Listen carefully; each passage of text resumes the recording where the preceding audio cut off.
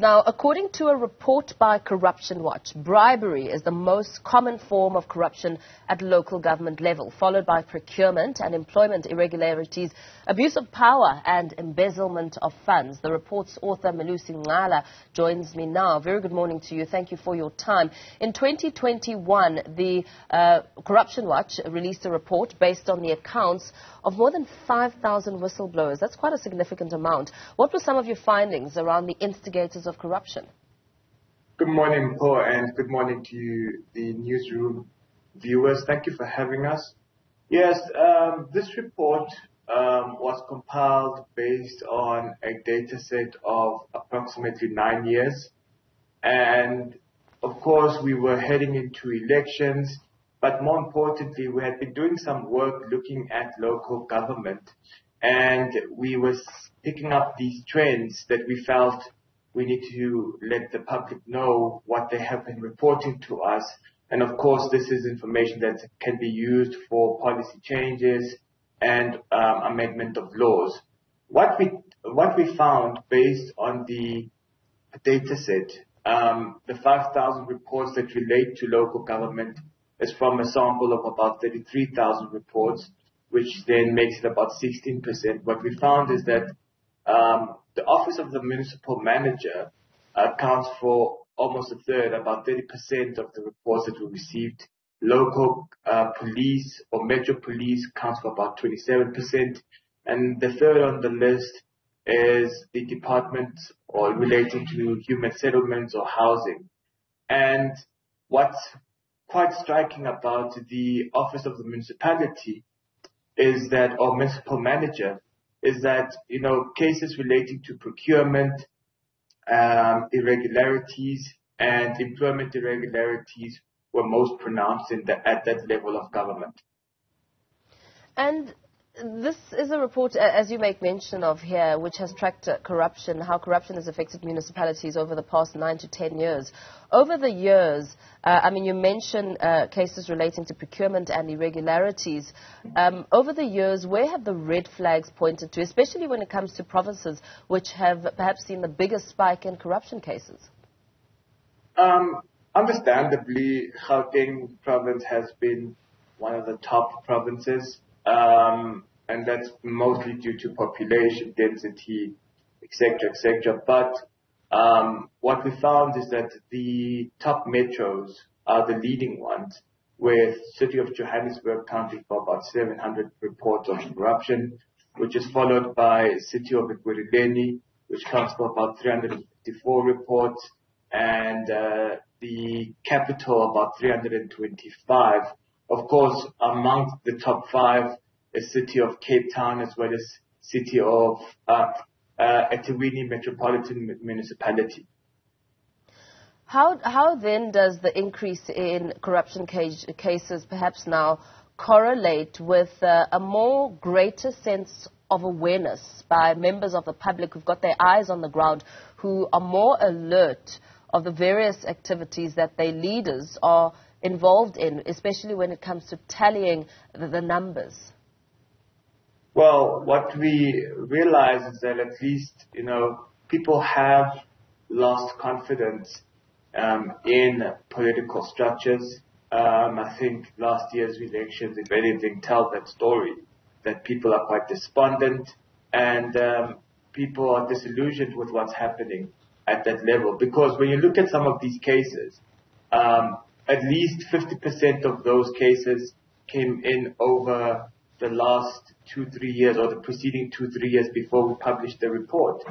It tells you then that a great number of those, I think about 800 to 900 reports, came in during 2020 when we were struggling with COVID. It tells you a story of councillors favoring their own friends and families for food parcels. And of course, it tells you a story of people who are left neglected. We're talking about infrastructure that's not maintained. And we're talking about businesses who constantly receive tender deals at the expense of people who are legitimate and concerned citizens who are looking to actually improve their surroundings and environment. And Perhaps looking at some of the most common forms of corruption and scrutinizing them at a local level, what would you say stands out right at the forefront, especially considering the impact of COVID-19? Yeah, it was, in terms of the impact of COVID-19, it was the food parcels situation, as I've mentioned, but also bribery and extortion. Since it happens at both at the office of the municipal manager and the local police or the metro police, on the office of the municipal level, bribery or extortion, it plays out in terms of people paying kickbacks for tenders. We're talking about cartel-like structures. These are businesses that operate in such a manner. And in some instances, we've learned of businesses that have received tenders for a 10 to 15-year period. Whilst at the local government, at the local police level or metro police level, we find that police have been soliciting bribes from members of the public. We're talking about people who are traders, informal traders, or people who are shebeen owners looking to operate illegally. So these are the type of cases that people have brought to us. And of course, it also involves immigrants, foreign nationals who find themselves maybe not having documents and so on and so forth. But when the police look to arrest them, they're more than willing to pay bribes. And those are the very residents, right, that may be tasked with reporting these matters, because they are the eyes on the ground. They see these activities happening in their own neighborhood with community members or watching and being alert of what's happening. How then can they escalate this matter without falling victim to being a whistleblower who's then later on, sidelined? Yeah, that has been a concern that we've had over the years, whistleblower support. Hence, just as a side point, we often call for the government to support whistleblowers legally, psychologically, and financially.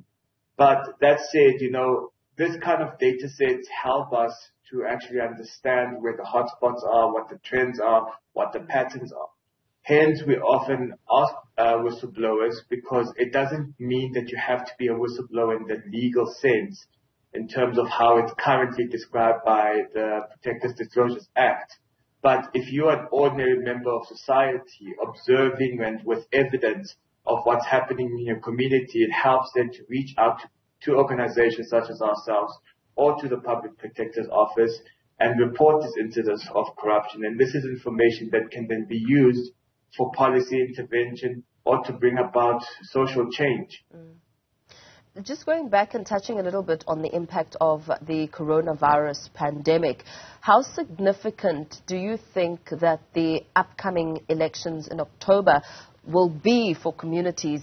All of this is a big deal, especially as 200 local municipalities are expected to be filled in terms of positions. In terms of how it was impactful, that's difficult to gauge because at that point in time, the country was grappling with a lot of issues resulting from the civil unrest in July. And we also went into a situation where people were looting stores and so on and so forth. So it's really hard to gauge what was the impact on the election itself. But we have learned that people were disillusioned with political figures. People are not happy with their councillors, and people wanted representation that is more involved and more caring and more kind and, of course, corrupt-free. What about the instances of services when it comes to double billing? We heard quite a lot of it from ANC conferences with the President Cyril Ramaphosa speaking to the extent at which a government is overbilled when it comes to those who may be offering services. How much of an impact was that when it comes to the corruption mix? Such cases that we received pertain more to the city of Cape Town. where we found that service providers would actually double bill the city for services that were either not done properly or were not done at all. And what we found is that companies were more than willing to pay about 10% in kickbacks to officials in the city to make sure that they continuously receive those tenders. There's also instances where the service providers are paid, yet the services are not provided for the people. That is in most municipalities, and I believe that the recent Auditor General of South Africa's report relating to municipalities also highlights this trend, where you find that water and sanitation provision is lacking and people are not receiving these services, or infrastructure is not maintained properly, and in such instances then you find that municipalities are more than willing to pay these tenders, these companies large amounts of money to make sure that they continue to receive 10% kickbacks. And very quickly, just wrapping up, what would you say would be some of the solutions to curbing corruption on all levels, especially looking at the impact that it has on society?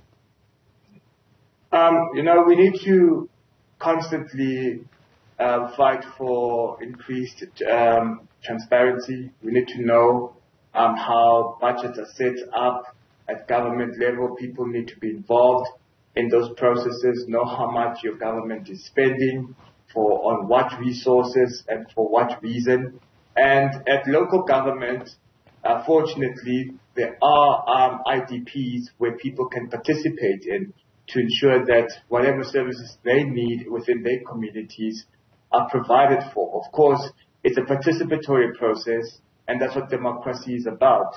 Other things to do is to hold our leaders accountable for their actions, whether through the ballot box, but we also need to think that that's not the only way that we can hold our leaders accountable. There's nothing wrong with you as a citizen going to your local municipality and asking the correct questions, asking questions about how a tender process is supposed to unfold. Is information being disclosed on the website? Does the community get to know who bid it and how they received the tender? So these are the kind of questions that we need to ask from our leaders constantly, and be constantly involved as well as citizens, because we do have a duty to ourselves and our communities. Some sound advice there. Thank you very much. Corruption Watch's Melusi Ncala.